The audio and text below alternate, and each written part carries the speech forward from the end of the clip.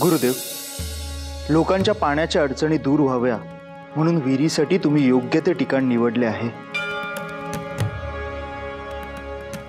लोक तिथे खोदकाम करत आहेत। विहिरीला जर पाणी लागले तर इथल्या लोकांच्या बऱ्याच समस्यांचे समाधान होईल। लोकांनी विहिरीसाठी खोदण्याचं कार्य सुरू करून बराच अवधी झाला आहे, परंतु अद्याप कोणीही पाणी लागलंय असा निरोप घेऊन आलेला नाही।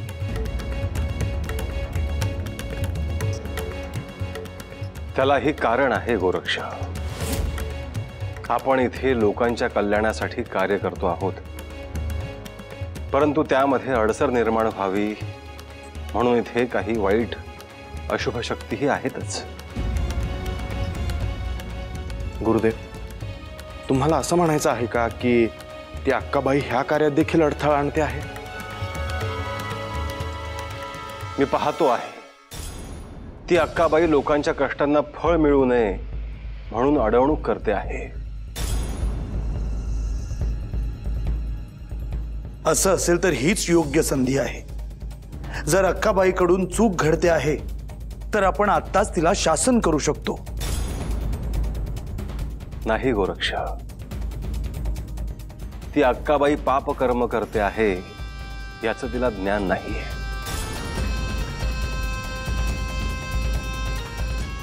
अज्ञानी मनुष्यालाही योग्य वाटेवर येण्याची आपण एक संधी देऊयात।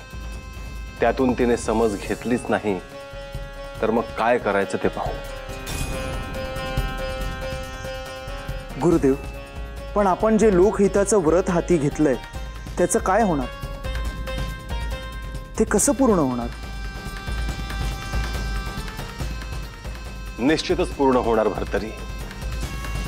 लोकांना हवं असलेलं पाणी धरित्रीकडून नक्कीच मिळेल।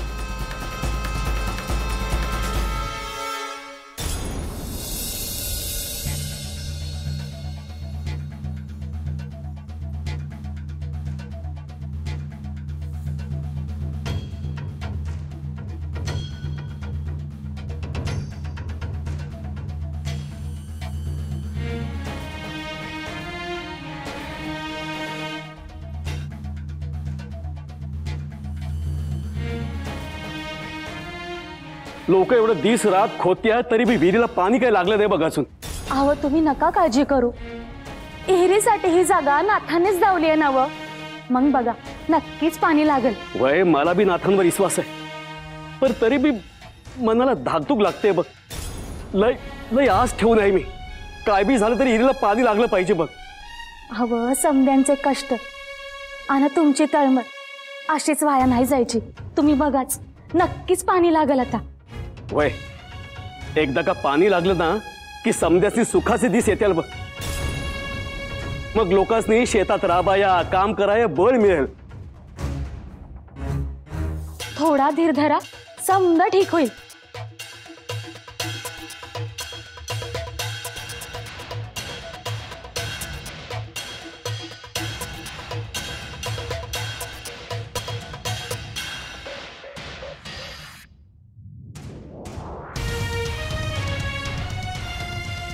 हे धरती माते, तुझ्या गर्भामध्ये जो जलसाठा आहे तो सर्वांसाठी खुला कर।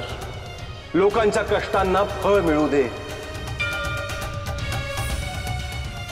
त्या विहिरीला इतक्या विपुल प्रमाणात पाणी येऊ दे की इथल्या सर्व अडचणी दूर होतील।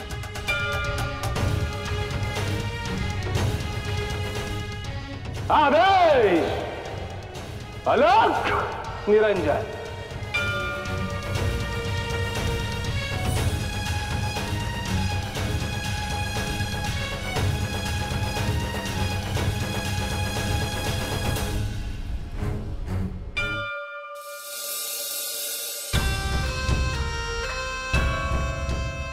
अक्काबाई पाहिलंच नव, गावात चिटपाखरू सुद्धा नाही।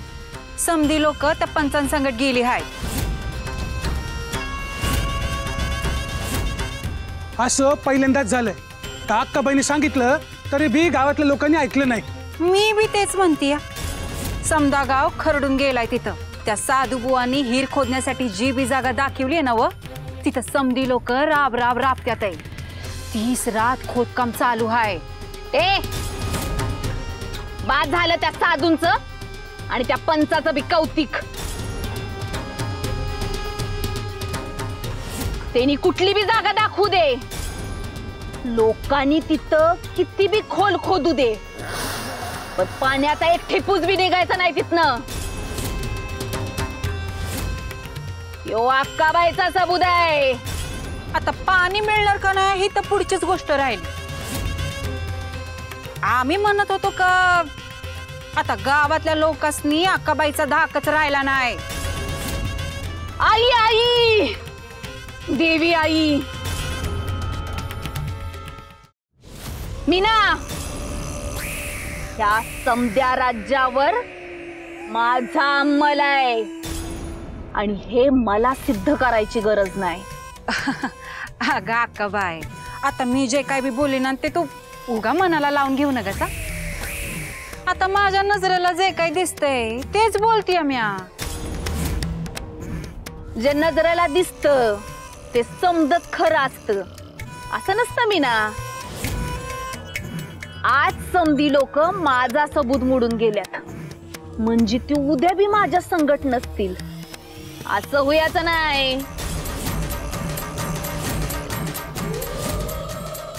अगं अक्काबाई, ते समजा असं दे ग. मग आजचं काय? आज ज्यांनी समध्या गावाला फितवलंय त्या पंचाला या काय सोडायची नाही. त्याला अशी अद्दल घडवीन की त्याच्या 10 पिढ्या या अक्काबाईला काही इसरायच्या नाहीत.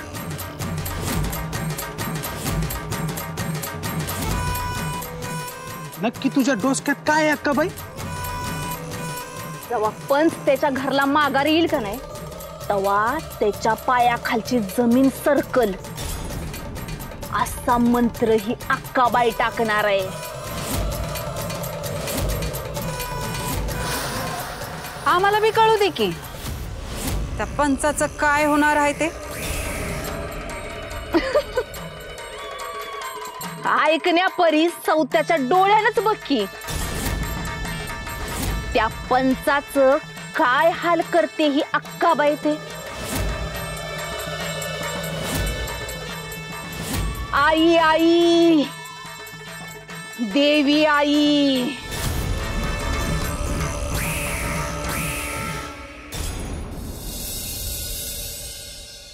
जय जय जयकार हो. जय जय. म्या तुम्हासनी भिक्षा मागितली आणि तुम्ही सरळ मला नाही म्हणताय. माझा राग तुम्हासनी ठाव नाही. मी मागितलेली भिक्षा मला मिळाली नाही तर या घरासकट तुम्ही भस्मसात व्हाल. माझ्या देवाचा कोप होईल तुमच्यावर. मी मागितलेलं मला मिळालं तर तुमच्या घरात ते दुपटीनं परत येईल आणि नाही मिळालं तर जे हाय नाही ते सर्व नाहीस होईल. अहो पर ते तुम्हासनी भिक्षा द्यायला तयार आहेत की. अहो तुम्ही ती भिक्षा घेत का नाही पण? मला धान्य आणि पिठाची भिक्षा नकोय. मला सोनं हवंय, सोनं.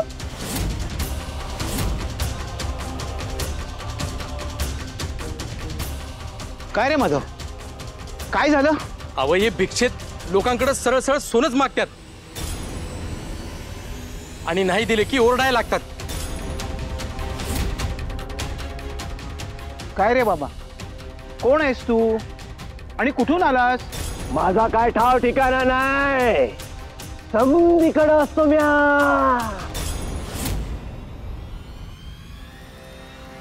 बरं, तू कोणत्या पंथाचा आहेस नेमका? तुझा योग मार्ग कुठला आहे? तू कोणत्या भक्ती मार्गाने देवाची सेवा करतोस? तुझे गुरु कोण आहेत?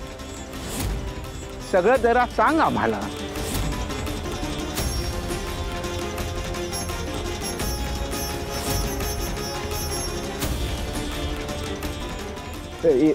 एवढं समजा तुम्हाला कशाला सांगायला पाहिजे. दारात भिक्षा मागायला येणाऱ्याला नाव गाव विचारत नसते. बरं ते राहू दे, तू भिक्षेचे कोणते नियम पाळतोस ते तर जरा सांग.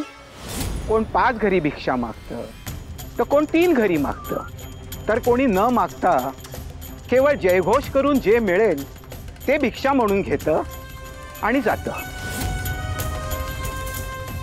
पण तू तर लोकांकडे थेट धन सोनं नाणं मागतो आहे आणि त्यांना वेठीस धरतो आहे. हे बरोबर नाही. तुझ्याकडे काय ज्ञान आहे, कोणत्या सिद्धी आहेत याविषयी आधी लोकांना सांग.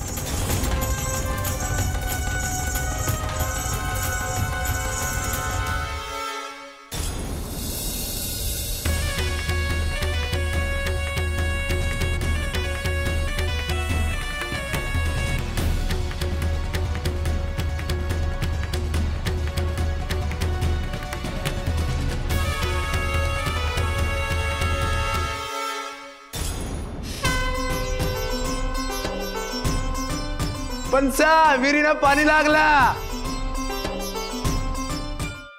काय पाणी लागलं? अगं पाणी लागलं.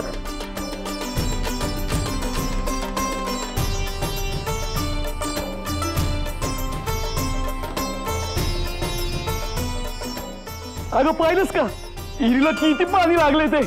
म्या म्हणलं होतं ना, नाथाने सांगितलंय म्हणजे ते खरं होणारच. वय वय वय, ही समधी त्यांचीच कृपा आहे. नाथ बाबा आपल्यासाठी देव आहेत, देव. आपण ही गोष्ट त्याशी सांगायला पाहिजे. वय वय, आपण नाथ बाबाशी सांगून येऊया. हा अरे आम्ही नाथ बाबाशी सांगून येतो. तुम्ही बी गावात जाऊन समजायची सांगा हिला पाणी लागलं म्हणून. हा चला चला. मला हे विचारणारे तुम्ही कोण? मला आजवर असे प्रश्न कोणी विचारले नाही. माझ्या सिद्धीवर कोणी शंका घेतली नाही. तुम्ही कोण कुठनं आलात ते?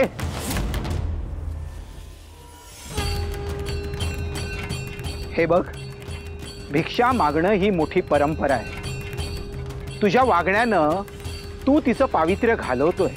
मला शहाणपण शिकवणारे तुम्ही कोण?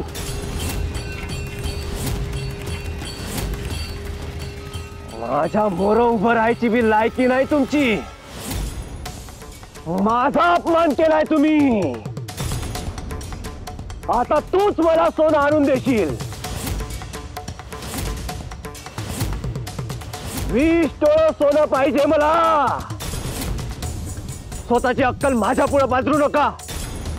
सोनं आणून द्या, नाहीतर स्वतःच्या मरणाला तयार राहा.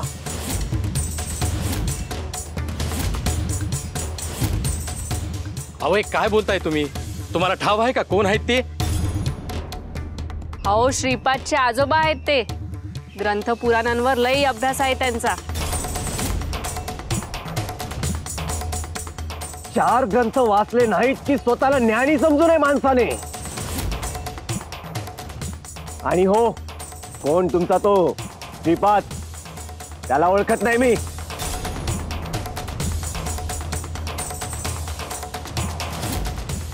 अरे बाबा ऐक माझं. लोकांना त्रास देणं बंद कर आणि निघून जा इथून.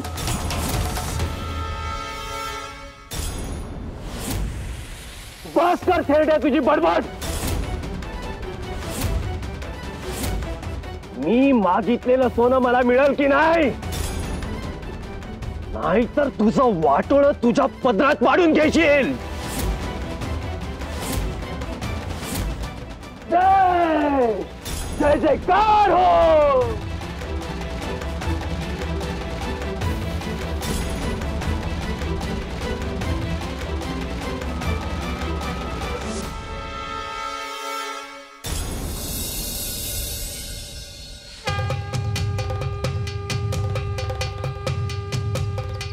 गुरुदेव, आपण भ्रमण करताना पाहत आहोत या काही दिवसांमध्ये ऊन खूपच कडक पडत आहे. याचा त्रास गाई गुरांना तर होतोच आहे, परंतु पक्ष्यांना देखील याचा त्रास सहन करावा लागत आहे. त्यांच्यासाठी अन्न मिळवणं खूपच कठीण झालं आहे. अगदी योग्य निरीक्षण केलं आहेस तू कानिफ. मनुष्याने त्याला हवं तसं त्याच्या गरजेनुसार सर्व काही बनवलं आहे. घरं बनवली आहेत. त्यासाठी त्याने या निसर्गातून जेवढं घेता येईल तेवढं सगळं घेतलं आहे. स्वतःच्या अन्न पाण्याची व्यवस्था त्याने केली, परंतु पक्ष्यांच्या क्षुधेचा विचार त्याने केला नाही. पक्षी अन्नासाठी निसर्गावरती मनुष्यावरती अवलंबून आहेत. पक्ष्यांना त्यांची क्षुधा शांत करण्यासाठी खूपच भटकंती करावी लागत आहे. तरीही त्यांना हवं तेवढं अन्न मिळतच नाही. आणि पक्ष्यांना अन्न मिळण्यासाठी मनुष्याला जेवढं शक्य होईल तेवढं सगळं त्याने करायला हवं. त्याने त्याच्या पुण्यकर्मात भरच पडेल.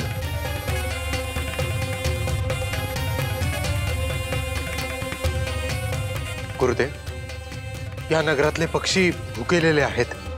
आपण त्यांच्यासाठी काही अन्न देऊयात का? होय काने.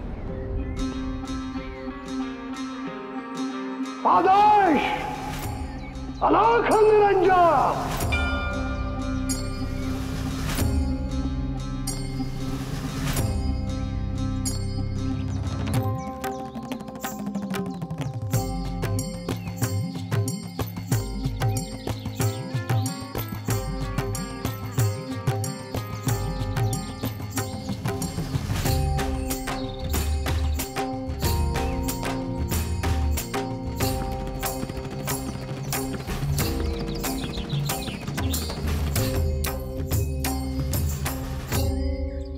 या झोळीतील अन्न कधीही संपणार नाही.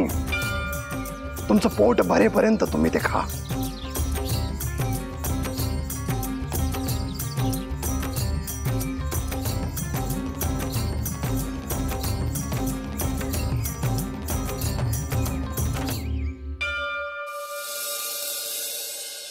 सुमतीताई.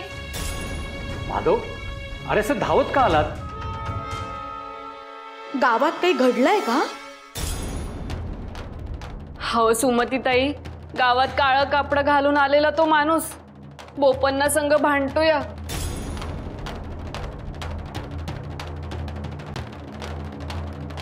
काय? पण कशामुळे? म्हणजे नेमकं असं झालंय तरी काय? लोकांना काय बाय मागतोय म्हणून बोपन्ना त्याला समजून सांगायला गेले, तर तो आता बोपन्नाच्याच मागे लागलाय. आणि त्यासनी तो सोनं मागतोय बघा. आणि थोडं तिडकं सोनं नाही, 20 तोळे सोनं मागतोय. अरे देवा, हा काय विचित्रपणा आहे म्हणायचा. बोपण्णा काय म्हणाले मग? त्यांनी सरळ त्याला हाकलून लावायचं ना. अहो, तो बोपन्नासनी म्हणतोय सोनं नाही दिलं तर जीव जाईल तुमचा.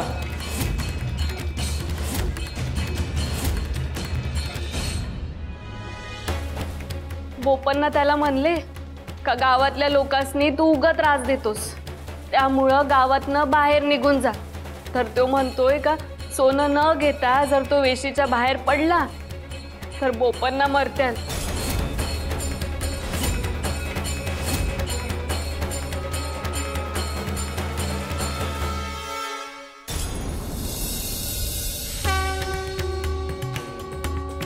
शुभम. देवा, देवा एक आनंदाची गोष्ट सांगा आलोय बघा. अहो, तुम्ही दावलं होतं तिथं इरीला पाणी लागलंय बघा.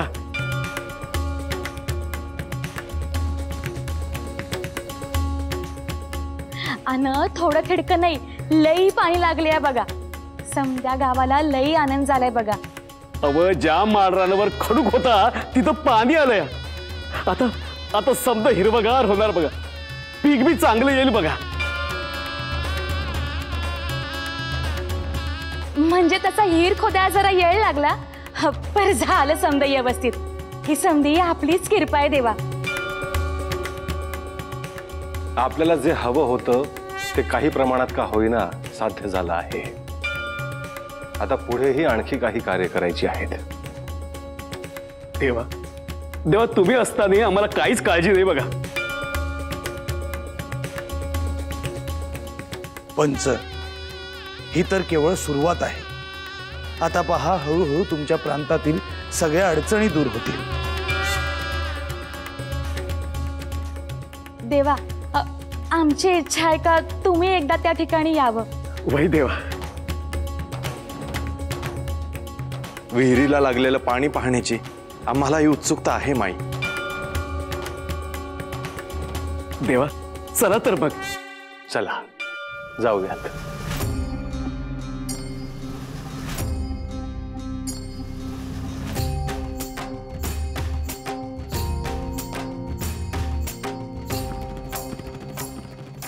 आदेश अलक निरंजन.